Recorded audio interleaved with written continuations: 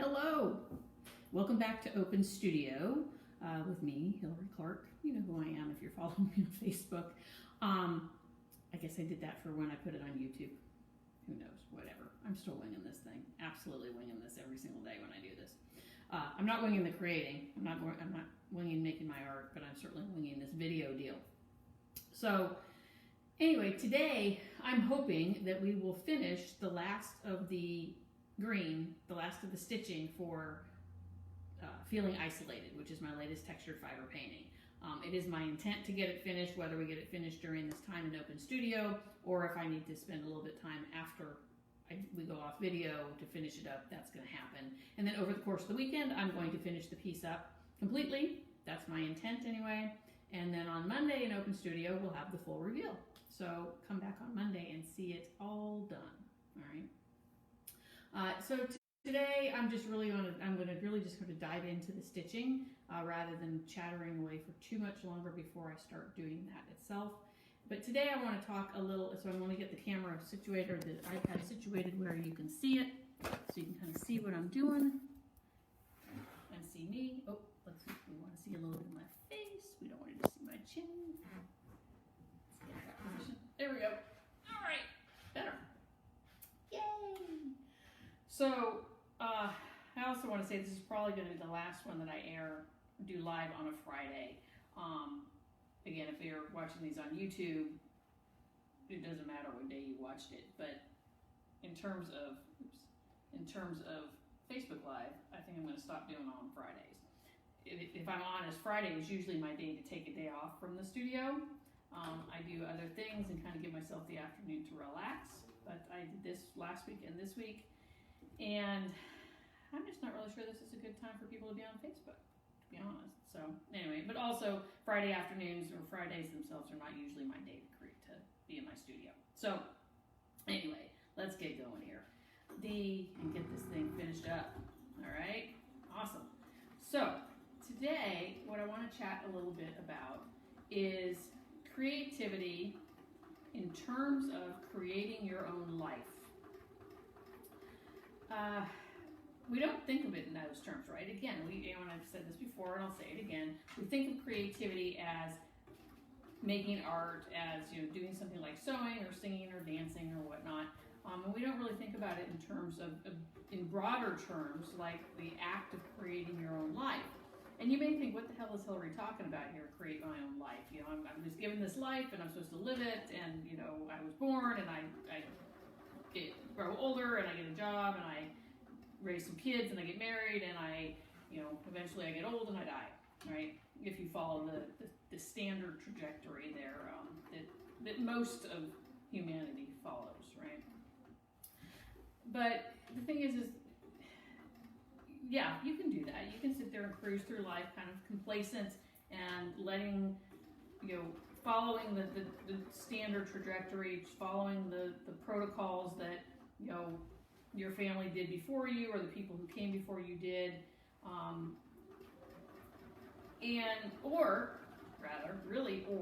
or you can choose to create your own life. And what do I mean by that? What I mean is, and I'm not the only person who's ever suggested this sort of activity, but what I mean is basically imagine what your life would be like, or could be like, if you're not currently, let me back up. If you're not currently satisfied with your life the way it is, you're not satisfied with your job, or you're not satisfied with your relationship, or whatever it may be, there's just something that's off kilter, and you feel like there's something more, or there's something missing, or you feel like you don't fit in, and you want to do something different.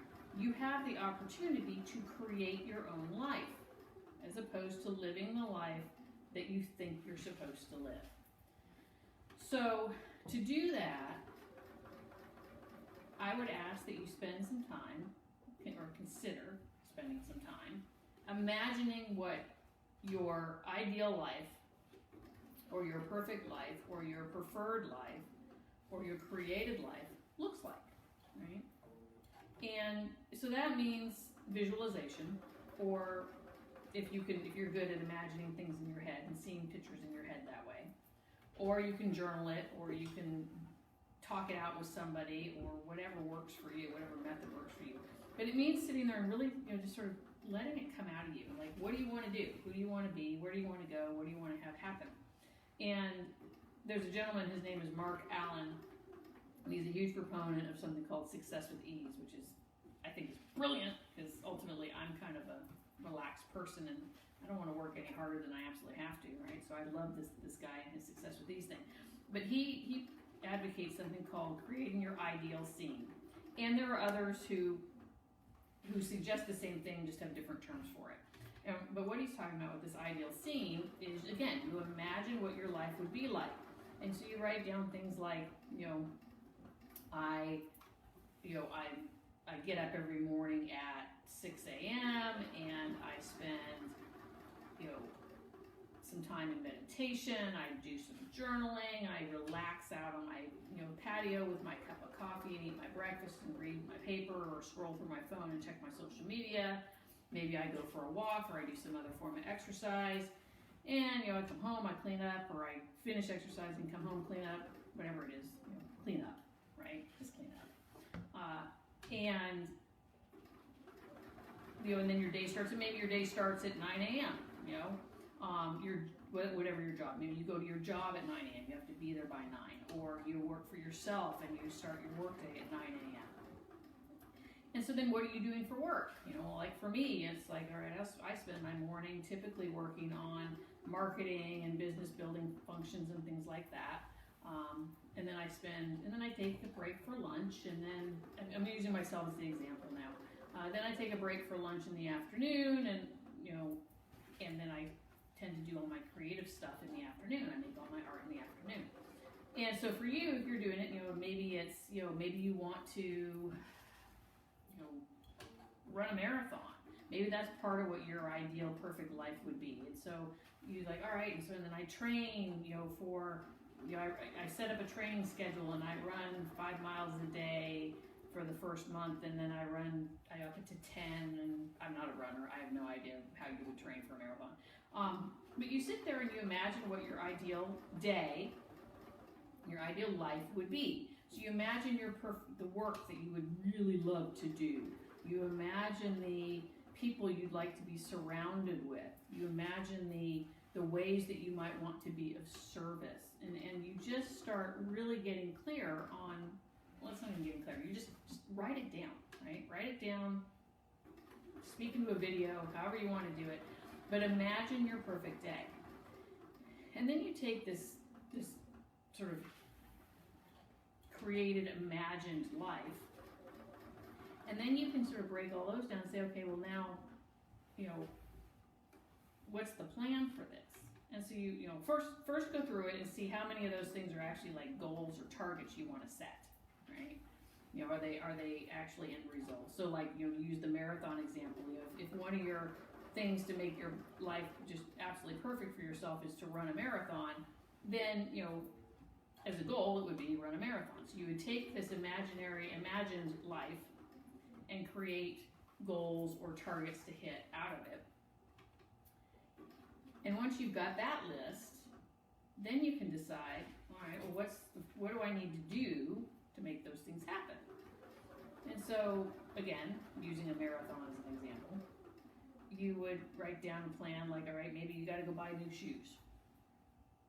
Maybe you need to find a group that maybe you need to join a running club, that kind of thing. So you do all this and you imagine your perfect life, and then you start taking the tiny actions to make it happen. And that's how you create your life. That's how you use creativity to create your life. Because,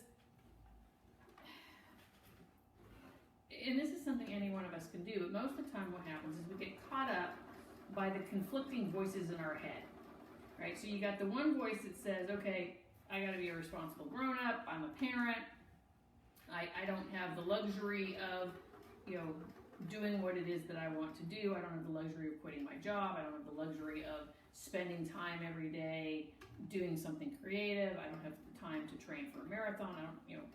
We have this voice in our head that says, nope, got to be responsible, got to be a grown-up, got to go to work, got to pay my bills.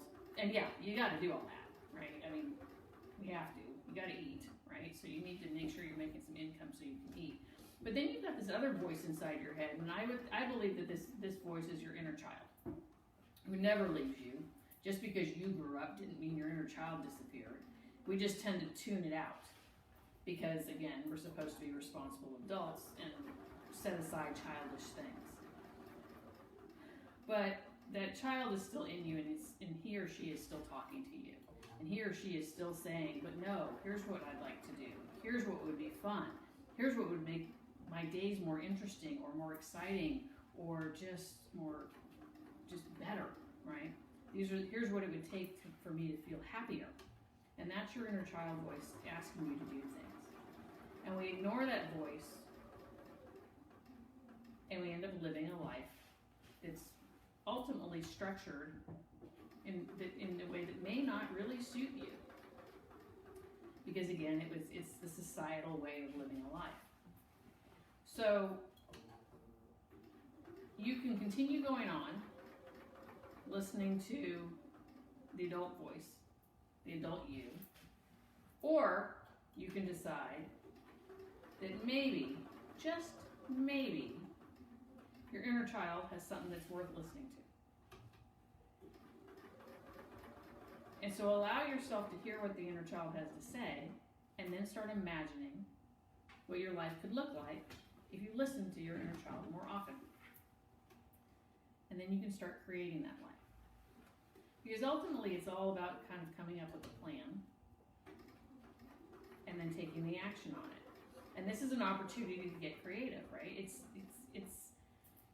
could be anything, because brainstorming is a creative act, for example.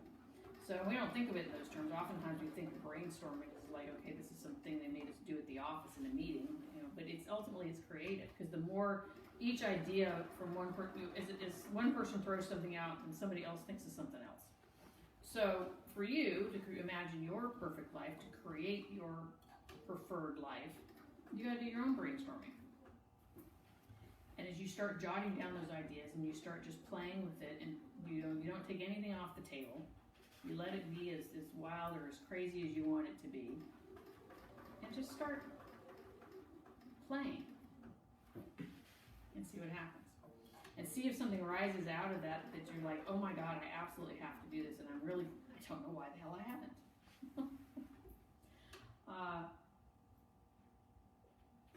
But ultimately, it's the adult voice and the child voice, or the adult you and the child you. It doesn't have to be one or the other. It can be both. And that's what I do. That's how I did this. That's how I shifted to this, is that I finally let little kid Hilary have a say. She'd been screaming at me for years that it was time to make a shift. She'd been trying to get my attention. She convinced me to go back to creating. So I did, back in 2017 when I picked all this up again full time, as a regular practice. And then she just sort of kept talking to me and saying, you could do this more often. Wouldn't it be fun to do this more often? Wouldn't it be cool to do this more often? And I finally just decided I was going to listen to her. But I'm still an adult, right? I'm still paying my bills. I'm still making sure I've got income coming in. And I do that through art sales and through creativity coaching with others who are interested in developing a regular creative practice. And if you want to know more about that, get in touch and we can have a conversation about what that is. And I do some consulting work from, in my old field of construction management. I do a little bit of that to help make sure I've got some money coming in so that the adult side is still satisfied. So again, it doesn't have to be either or. You don't have to throw everything away and go create some life that's, a life of freedom and responsibility, or free of responsibility, because again, you got to balance it. I don't know if this is making sense today. I'm finding it's interesting. I don't talk well when I sew. I'm not used to doing it. It's still a skill I'm learning. I'm used to stitching here away quietly without anybody to talk to. Like I said, the topic for today is really just use your creativity to create your own life. And if that's something that you don't know how to do, or just even with my example of creating sort of your imagined ideal perfect life, if that doesn't, if you're not quite getting it, or you don't quite understand what I mean or how to go about doing it, again, get in touch. And we can have a conversation about how I might be able to help you do that. Because I've done it, so I ought to be able to help you do it too. That's kind of all I've got on the topic today. I'm really more focused on finishing this piece up. And I've got far more green to do than what I've got here. But I also have got 15 minutes, so I don't want to just not talk at all. So let's talk a little about, now I'm going to just sort of transition into, or I'm going to change the subject a little bit. It's still about creativity, right? Because that's everything I talk about is creativity.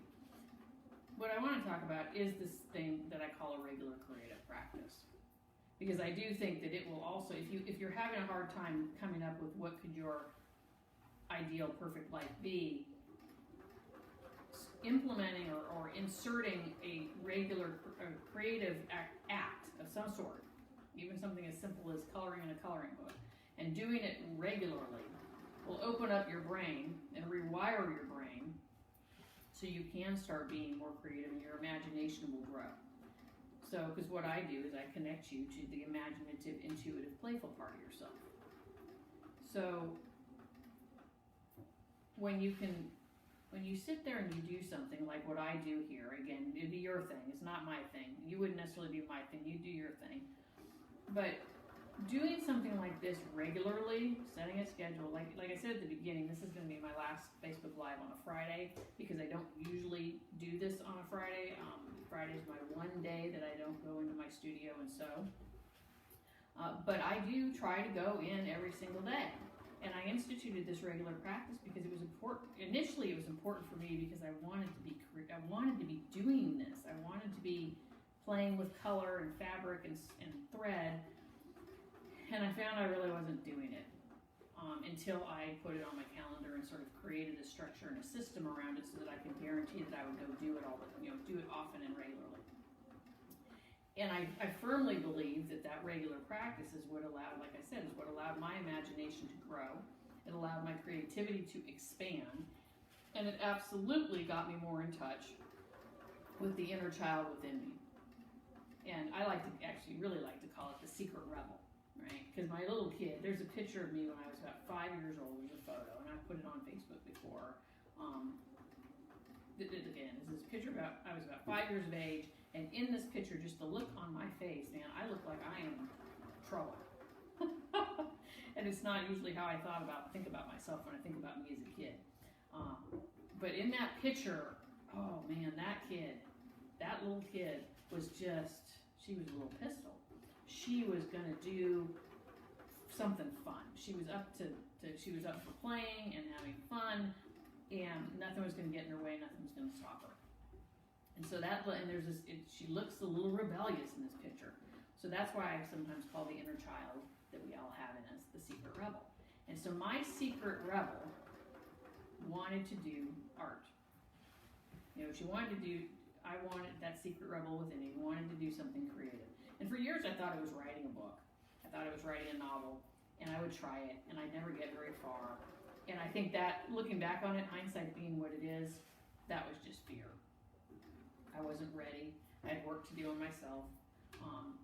And so Secret Rebel Hilary just sort of, she's like, all right, fine, it's not that. And she'd go off and she pouted in the corner for a while, because it's like, she was proud of me for at least trying. But then she, adult Hilary was like, no, maybe not. But she stayed and she kept pushing. And finally, again, one day she woke me up and she said, here, go play with your fabric again. And she's the one, that secret rebel, who said, do this regularly, do it all the time, do it as often as you can, find a way to fit it into your day, talk to the people you need to talk to so you can fit it into your day. And it made going to work more pleasant when I didn't want to go, because I knew I had something I could come home to that brought me joy. And so as time went on, like I said, as I instituted the systems to make it a regular thing, everything expanded. My creativity expanded, my personal development expanded, my willingness to take some risks or take some chances to open myself up to greater opportunity. All of this expanded because I allowed myself to listen to the secret rebel inside me. Because when I'm doing this, she's always there. She's very present and she's loud and she's like, we are capable of anything. And I've grown to believe her. So what I'd like to help you do or others do is to get in touch with the secret rebel inside of you, so you can, like I said, reconnect to the imaginative, intuitive, playful part of yourself. It's possible that you're not doing anything creative because you think it's got to be perfect. And so if it's not, if it can't be perfect, if it can't be like ready to sell straight out of the gate or what, then it's not worth it. And I help you get over that because it's not about selling it, although says the woman who has all her stuff for sale. But I didn't initially start out wanting to sell things. I only started wanting to sell things as time went by, and I started getting better at it, and I realized that maybe they were worth putting a price on. But really what I want to do is I want to help that secret rebel inside you drop the perfectionism, accept that, and own that you are a creative being, because creativity is our greatest gift, and we are all creative in our own unique and amazing ways. And I'd like to help you to see that and grow that within you.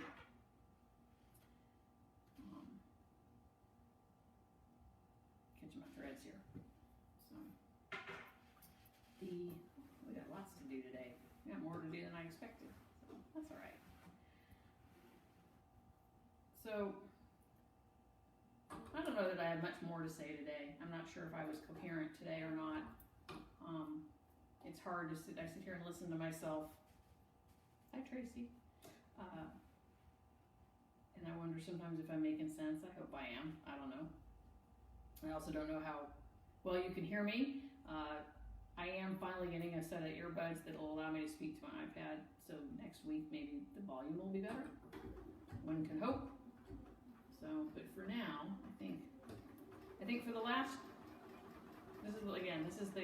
I'm not going to do this on Friday again, because Fridays are typically my day off. But I do appreciate those who've come and joined me. And so I'm going to just continue focusing on getting the rest of this green done, so I can finish this puppy off this weekend, and then share the full piece on Monday. Wouldn't that be awesome? I think so. I hope so. I'm ready to get started on the next one, because it's this one. I've drafted the poem for this one already, because each one of these gets a poem on the back as the label. So I wrote that a little earlier today, and I gotta still go to the fabric store and buy fabric for the backing because I don't have a piece big enough. So I did find a place that's open, so yay for that. I'll wear my mask, I'll wear my gloves, I'll go to the store, I'll pick up some fabric, yay, and I'll come home and take care of that and get this thing put together. And then I'll share it with you all on Monday. But in the meantime, I think we'll call it done for today. And I thank you for joining me. And I hope you have a fabulous rest of your day. And I'll see you again next week for another Open Studio. Take care. Bye-bye.